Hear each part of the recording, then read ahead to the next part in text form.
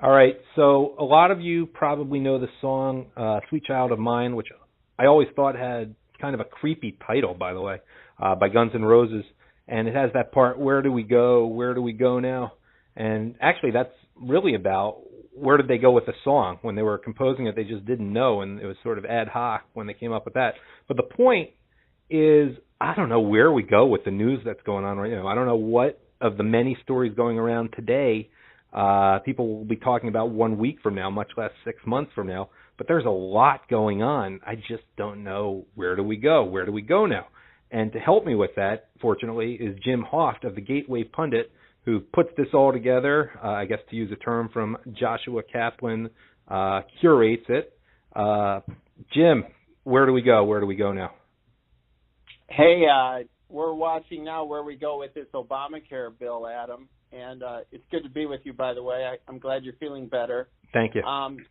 The Senate is voting currently on whether they open debate on this Obamacare bill, and already 2 Republicans have voted against this.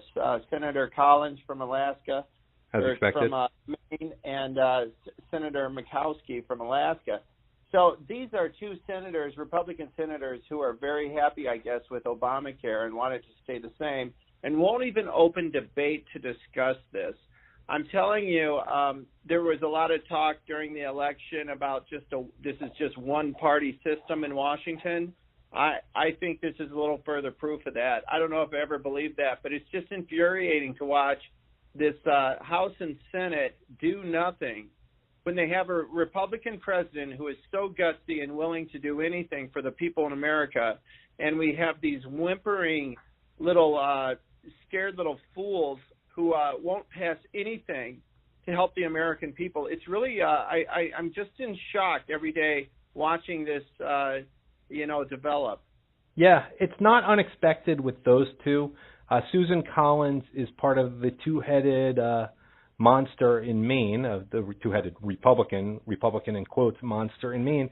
And Murkowski might be an even worse member of what we call the swamp. Because, at least say what you want about Susan Collins, at least she's not there because of pure nepotism. And in the case of pure nepotism, which we can accuse John McCain of to some degree, but he's not the son of one of the most corrupt senators in Washington, which she is, most corrupt Republican senators. I mean, at least he was the son of a Navy admiral, and that's how the wheels got greased for him. But Lisa Murkowski is a joke. Oh, it's awful watching her. And it's very disappointing that a state like Alaska that votes, 60-some% for the Republican candidate every election, yep, has this person representing them. She's I don't even know what she represents. If she can't even open up the debate, does she see? I mean, I'm one of these victims of Obamacare, Adam. Yep. I had insurance. The prices went way up. I got dropped, I think, 3 times now, and every year these premiums go way up. The amount you pay out of your pocket went way up for me, and it's a lousy plan with lousy service. I guess I'm paying for myself and 4 other families because I make enough money where I'm, they're sticking me with a pretty high premium. So it's just amazing that they won't even I don't understand it at all. It's just I could knock my head against the wall. I don't know what's going on with these people, that they want Americans to suffer through this, and they don't think that anything should be done on this Obamacare bill. Well, it's not like they're on it. And another point is, I almost was suffering in a different way from Obamacare last week. But not even necessarily Obamacare, because I don't know if you read Carl Denninger and listen to Ann Barnhart. I'm big fans of them about healthcare. The problem really does predate Obama and all the middlemen and all the corruption in the whole industry and all the money laundering in it. So last week I really was sick that in my relatively young, I had not been like this. I had to go to the emergency room. I got a CAT scan and an X-ray for the first time in my life. Ironically, my dad just retired as a radiologist, so I have a new appreciation for what he did. And by the way, thank you for coming on the show with Matis Vogel substituting, who's only 17 years old, by the way. He did a good job. Oh, wow. He's a junior producer here. But what I'm saying is I was sick. I couldn't really breathe properly. My heart was speeding up. And fortunately, I downloaded an app from the Cleveland Clinic, as the senior producer here suggested I do, paid $50, got advice, and the doctor said over there, you absolutely have to go to the emergency room now. But I was delaying taking medication, and my oxygen level, no other symptoms really, was just going down. But I'm thinking about the considerations here. Money, how much is this going to cost me? How much is this going to cost me? When I was genuinely really sick. And just because I ended up doing the right thing, it doesn't mean that my whole decision-making process wasn't affected by how ridiculous the healthcare strategy is, healthcare in this country is, in a way that if I were a senator, I would just be able to go to the doctor immediately. That's my point. Yeah, they certainly don't think about it, and it really is unbelievable that that this goes on, and that there's not somebody who has enough scruples there to put them all on the same plan that the rest of us have to use. To tell you what I did in my situation, I had obviously, you may have heard, I had some very serious health issues back in 2013. I had an infection that got in my blood that caused major heart damage and caused 5 strokes, and I ended up losing my left eye. I lost my knee for like 6 months. They took the knee out and put it back in 6 months later, a new artificial knee. So it was all from a bad knee operation that got infected that I didn't know was infected.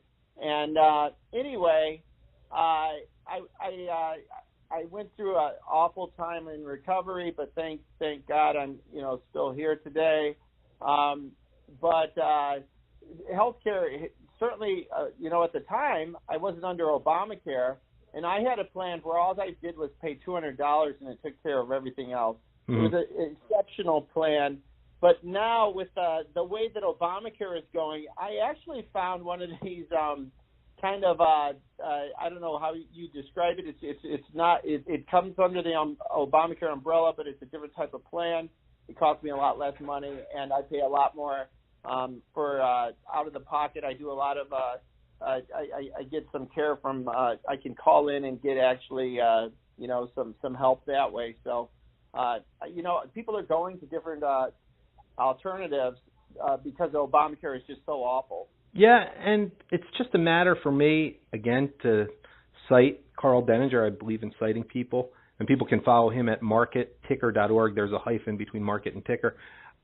It's so many middlemen getting paid off, and there's no better example than the salary Michelle Obama, who hated being a lawyer, who hated doing actual work, was getting from the University of Chicago health systems to basically do nothing other than be connected to politicians. That's part of what, and it's not the only thing by far, but that's part of what makes Obamacare so expensive. It's not really the doctors. Yeah, I have a bias because my dad just retired as a doctor, but the doctors are talented. And it's not the equipment that is expensive, but the doctors work really hard for a lot of years. But it's all these underlying layers in between, and probably overstaffing too, so you can just jack the bill up. Those are good points, and I don't think Obamacare fixed any of that. Nope. When they passed that law, so it's a big disappointment. Americans are suffering. I don't know, Adam, how a middle class family, with a couple kids, and they make the average, $50,000-$60,000 a year. I just don't know how they make it. And if someone gets severely sick in their family, it just breaks my heart to think of the situation they're in. So I do hope that the Senate will move on this. It looks like John McCain did arrive today. He went to the Senate, and it looks like they may be able to squeak by and open the debate on Obamacare. But, we'll see if they can get anything done. This Republican Party, though, is just so weak today and so unwilling to do what is necessary. and is afraid of their own shadows that I don't know if much is going to actually get done. Yeah, we'll know about the vote by the time this even airs for the first time. We're recording this like 3 hours or so in advance of the show's actual airing. McCain, it's a tough one. I really kind of resented being told I have to call John McCain a hero about, because he has a brain, he has brain cancer, which, by the way, unfortunately, one of the great Philadelphia Phillies from growing up for me is about to pass away due to a brain cancer. That's Darren Dalton, the way it seems. But that's a side note for, I guess, my locals back home. But, I just resent being told I have to act like he's a hero.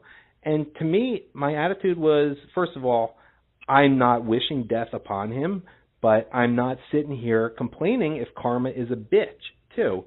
And my point is also, he's not, I would have so much respect for him if he had said, I'm good, I'm not expecting any more than an 80-year-old veteran would get in this situation. But it galls me, especially because I was in the hospital myself last week, that he is going to get top-of-the-line treatment that the rest of us aren't going to get at an age where it would definitely be rationed if he were a normal American, and we still have to sit and worship him for it. I mean, it really does bother me, and I think it's disingenuous on a lot of people's part, too. Well, there is something that bothers me about McCain coming back, and that is that one of his main objectives coming back, too, was to vote for new Russia sanctions, and he's been one of these people. We know that he was the one who brought this silly Russia dossier over to the FBI, and so he was behind that whole nonsense. And if any of your listeners read any parts of that, it's just complete crap. Red flags go up all over the place, and he's the one who brought this to the FBI's attention. Yep. So he's just it's I'm thinking here's a Senate that will pass sanctions on Russia over some nonsense. We've seen no evidence that Russia had any effect on the election, none whatsoever, solid evidence, and yet they'll pass that, but they won't pass open Obamacare or it's just shocking to me. What a joke. And it's an unforgivable offense to me what he did with the golden showers and trying to spread that slander against Trump. I'm sorry. I'm not going to pray for John McCain. I'm sorry. Certain times you cross the line, and that is pretty unforgivable for me. Let's not, I guess, I don't want to get going on McCain. Right. There's other things to talk about. What do you make of the situation with Sessions? I have to have a little criticism for the president here. You're the one who hired him. If certain questions are not asked in the vetting process, that's on you, President Trump. I don't know if Sessions was ever that distinguished as a lawyer. He was pretty good, but I don't know if he was so outstanding that he deserved to be put in the position. Remember, we're not Democrats. It's not just political hacks here. So I don't know, and it's not so easy just to fire the Attorney General. And I don't know if he's even bluffed. I'm really, I was only semi-joking when I said, where do we go now? I'm confused about all this, really. Right. Here's my thought on it. Yesterday, the president had to watch his son-in-law, who he loves dearly. It's very clear, that he's very impressed with Jared Kushner. He has, he's one of his closest advisors, if not his closest. We don't know, but he trusts this man unconditionally. He loves this man. He's married to his, beautiful daughter Ivanka, and he had to watch Jared Kushner, who I don't know this for a fact, but I assume he's quiet. He even admits he's behind the scene. He doesn't want to get in front of the camera. Right. I think he's probably more, introverted in a lot of ways. And Jared went out. He went in front of this committee, this silly intelligence committee that, of course, is led by Republicans, but they're the ones leading the charge on this Russian conspiracy. And allowing these hearings and these investigations to continue when there's nothing there. They haven't found anything in 9 months. So Donald Trump is watching his son-in-law go through this and then come out and give this wonderful speech about how much he appreciates working for the president I'll bet you Donald Trump teared up watching that, and I understand that he would be very upset seeing one of his family members go through this type of abuse because Democrats are, so hurt that Hillary lost this election that they're putting all the Trump family members through this nonsense. I don't blame Donald Trump at all. And I thought the tweet that was telling was he says, who's next? 11-year-old Barron? I love it. Are they going to be investigating him next? He's right. He has every right to be upset about this. And I think Sessions, Trump has tweeted this out before too. I agree with him. I don't know. Sessions just completely, he gave up all the power he had when he recused himself from this Russia thing, and that's all that Democrats wanted, and it's all that's been happening now. We've seen for 6 months is the media running with this silly story and these leaks, some true, some not true. It's headlines every day. I don't blame the president at all. Poorly done. By the way, I have to admit, as someone who's taken bar exams, the bar exams are going on right now. One tweet which caught my attention is, and it is, again, bar exam week, was from, of all people, Monica Lewinsky, and this is neither here nor there, pointing out that, well, when it comes to Barron, there actually is no parent-child privilege in this case. I'm like, what? But it was just not what I was expecting anyone to see, but I was like, that's actually relevant to people taking the bar exam right now. It was very amusing to see it. I was like, that's not something I expected when I woke up this morning. Do you have a couple more minutes? I do have a couple more minutes. Okay, let's talk about the targeting by the ADL of the White House correspondent for the Gateway Pundit. Such a low blow. I'm familiar with this story. Right. Outrageous. Oh yeah, it's truly disgusting. They put out this list of all of these white supremacists. Of course, Adam, I've never heard of any of them except for this one guy, that Robert Spencer. No one. Not Robert Spencer. Robert Spencer. They probably hate him because he's anti-Islam. It's I'm blanking on his name, and I'm not. Richard Spencer. Yes. Yes. Sorry about that. I thank you for the correction. But he's the only one I've heard of. I don't know who he is. I don't know where he came from. He popped up in the last year and a half. I guess he's a white supremacist and a neo-Nazi. He said some very controversial things. I have no relationship with him. In fact, he's attacked Gateway Pundit and one of my writers, Lucian Wintress. He attacks us frequently. So we have no. What does he attack you guys for? Just out of curiosity, for being cucks or something?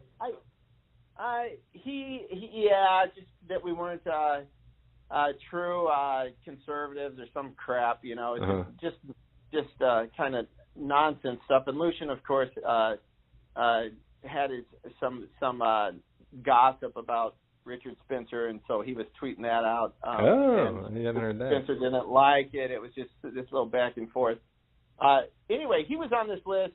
Some of these other radicals, and then at the end they throw in on this ADL list these alt-light, this new group they come out with that no one has heard of, and they include Lucian Wintrich, Mike Cernovich, Jack Posobiec, a few others, just to throw them on this list. It's just a way for them to attack conservatives, to attack Trump supporters.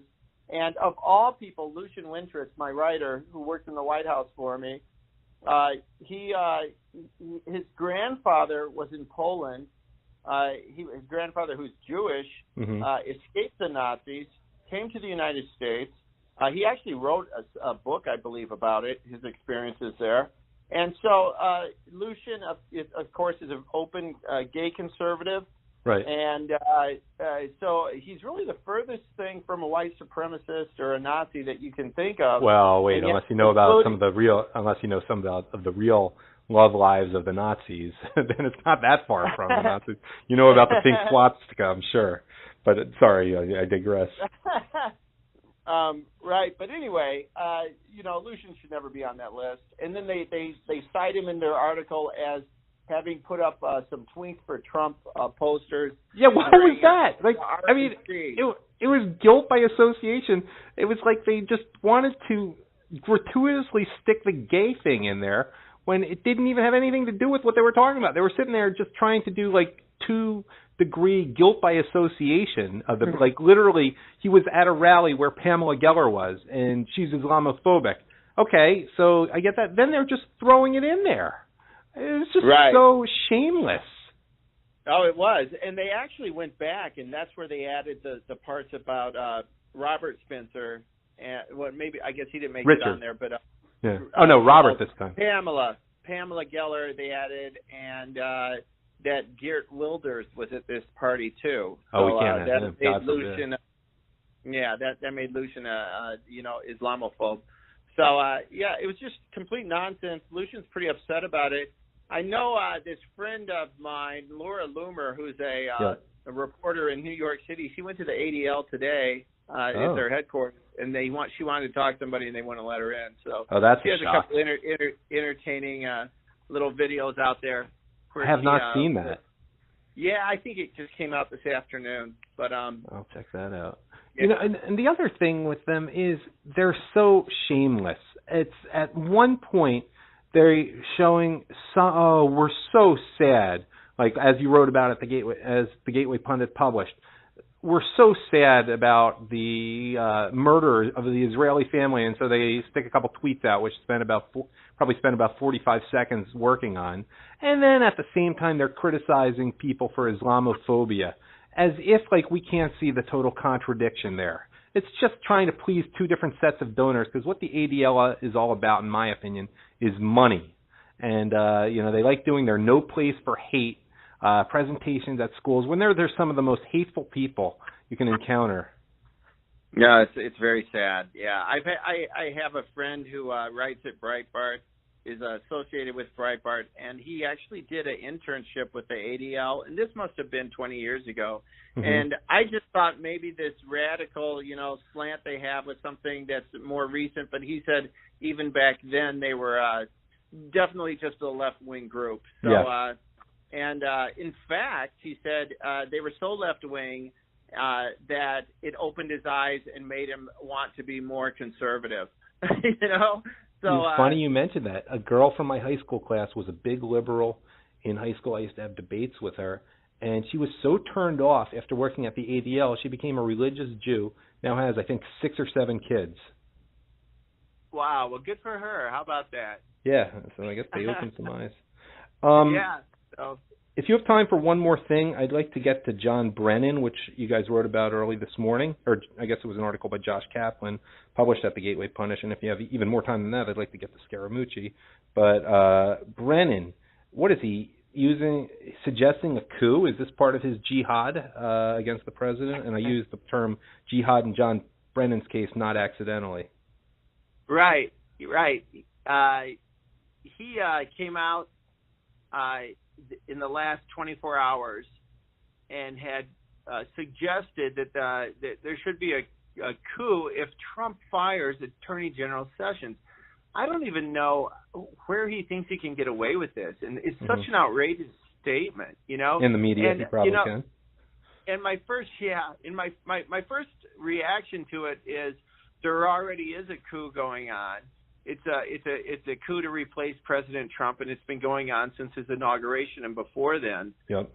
By this media and by these Democrats and by the deep state. And so he's really not saying anything new. But it is shocking that the former CIA director would come out publicly and make such a statement. Yeah, it is. It really is. Finally, let me ask you about Scaramucci. By the way, in the early morning post about him. Where you talked about, you're probably right, the president wants Sessions going. I don't know if you noticed this, but in that picture in particular, he really looks like Governor Terry McAuliffe.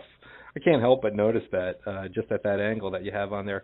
But he made a firing already today, and do you think there will be more of the same? I guess it was Michael Short who was fired. I hope so. It's frustrating for me out in the Midwest to hear about these new leaks every day. Mm-hmm. Whether they're from. It's frustrating for us in Florida too, by the way, just for the record. I can't believe this is going on. It doesn't make me want to trust the government whatsoever. The fact that CIA or FBI operatives are leaking out a lot of times these private conversations that a Trump official had that never should have been recorded, and now they're leaking out, supposed transcripts or what was said during the meeting. We find out in the case of Jared Kushner, they leaked out some report, and yet they weren't accurate with their reporting because Kushner, they weren't completely accurate or with what they said. And Kushner came out and said yesterday that none of this is true. He met with one of these the Russian ambassador when he was meeting with 3 other people. They might have had a minute worth of talk, and he didn't even he wouldn't even recognize his name afterwards. And yet the media is trying to make this into the biggest criminal act since who knows, OJ and his stabbing or whatever. Yeah, the one in California, Nevada, not that big a criminal act. Yep, and I was just thinking, imagine if this happened under Hillary Clinton. Do you know how many walks would have been going on in Marcy Park by now? I just can't help but think about that. All right, Jim, any final thoughts before I let you go? Well, we're going to see a lot happening today. I see John McCain. He has it is amazing. He's speaking today in the Senate floor, and so we'll see how this goes. But I hope everyone get out your Pepto-Bismol right now because it's going to be a rough day on your stomach. We'll see how it goes. Anyway. All right, thanks for coming on, Jim. Everyone needs to follow the Gateway Pundit if they don't already know that. Good talking to you. Thanks so much, Adam.